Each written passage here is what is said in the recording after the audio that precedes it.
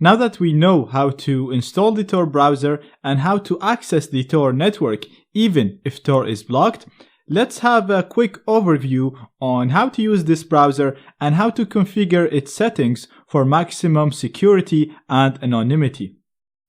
Now, the first thing to keep in mind is never use Tor in full screen. Always keep it unmaximized, as you can see here, and just increase the screen size manually from the edges of the window, because the size of the screen can be used to identify what kind of laptop or what kind of a screen you're using. Also, it's a very good idea to always check for updates. So to do that, all you have to do is just go to the onion right here and click on check for browser updates. So as you can see, I'm at check.torproject.org and everything is working for me. It's telling me that Tor is working and that my IP appears to be this IP. So this is all good.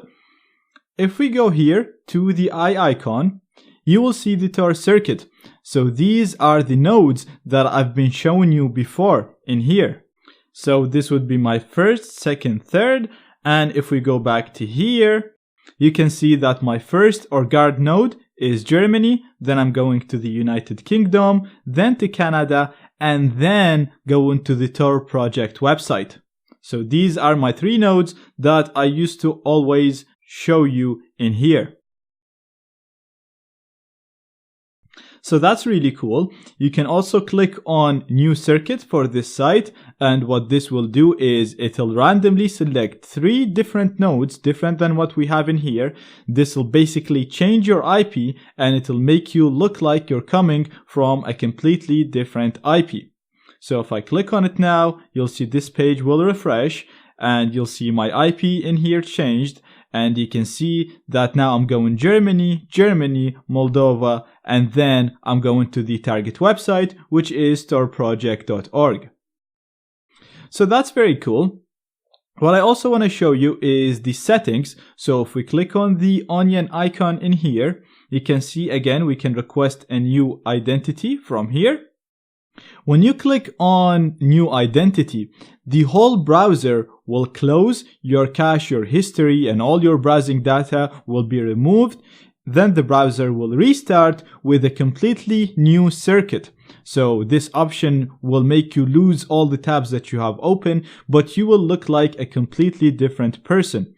Whereas when you request a new circuit from here, this circuit will only affect the current website, the website that we have loaded here, and it won't delete your history or browsing data.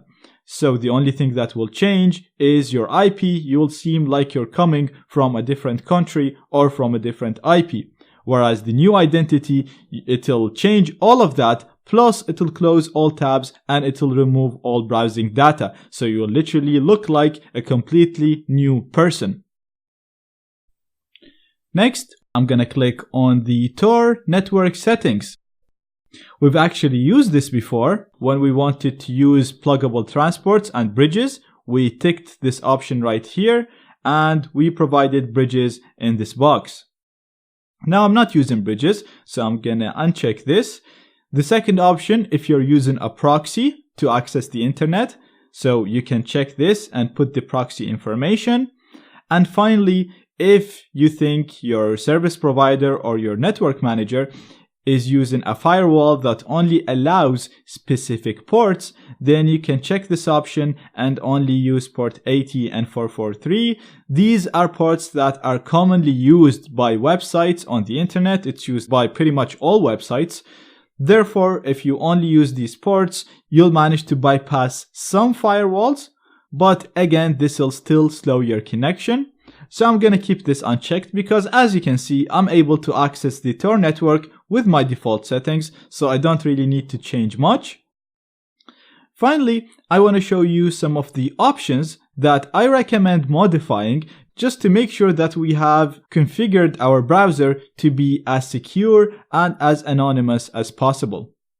So I'm gonna click on the more options in here, and I'm gonna go down. Now in here you can request a new identity or request a new circuit. I've already showed you how to do this and I explained this at the start of the video, so we're not gonna do it now. but what we want to do is to go to the options here. So you'll see an options window, very similar to the one you get with a normal Firefox browser. And what I want to do is just modify some settings that I think will just make the browser a little bit more secure. So I want to go to privacy and security. And first of all, in the history, I'm going to modify this and make sure that it never remembers history.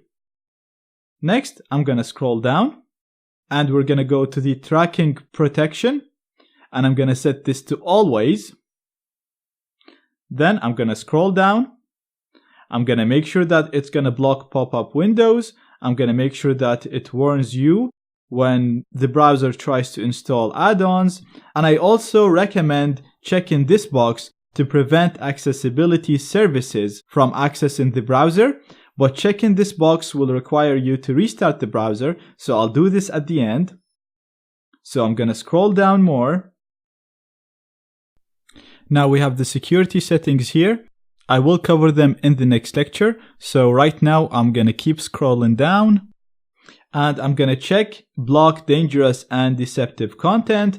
And we're also going to make sure that these two boxes are checked to make sure that you get warned when a website tries to force you to download a file. So now that I'm happy with everything, I'm also going to check this box to prevent the accessibility services. Like I said, I think this will make your browser as secure as possible. Some of the settings that we're setting here will break some websites, but we're going for maximum security. And you can also come in and experiment with these, reduce it bit by bit to tailor and to suit your use. So I'm going to check this. It's going to ask me if I want to restart the browser. We're going to say yes, that's fine. And as you can see, the browser is working now again with no problems. Just to double check, we can go to check.torproject.org.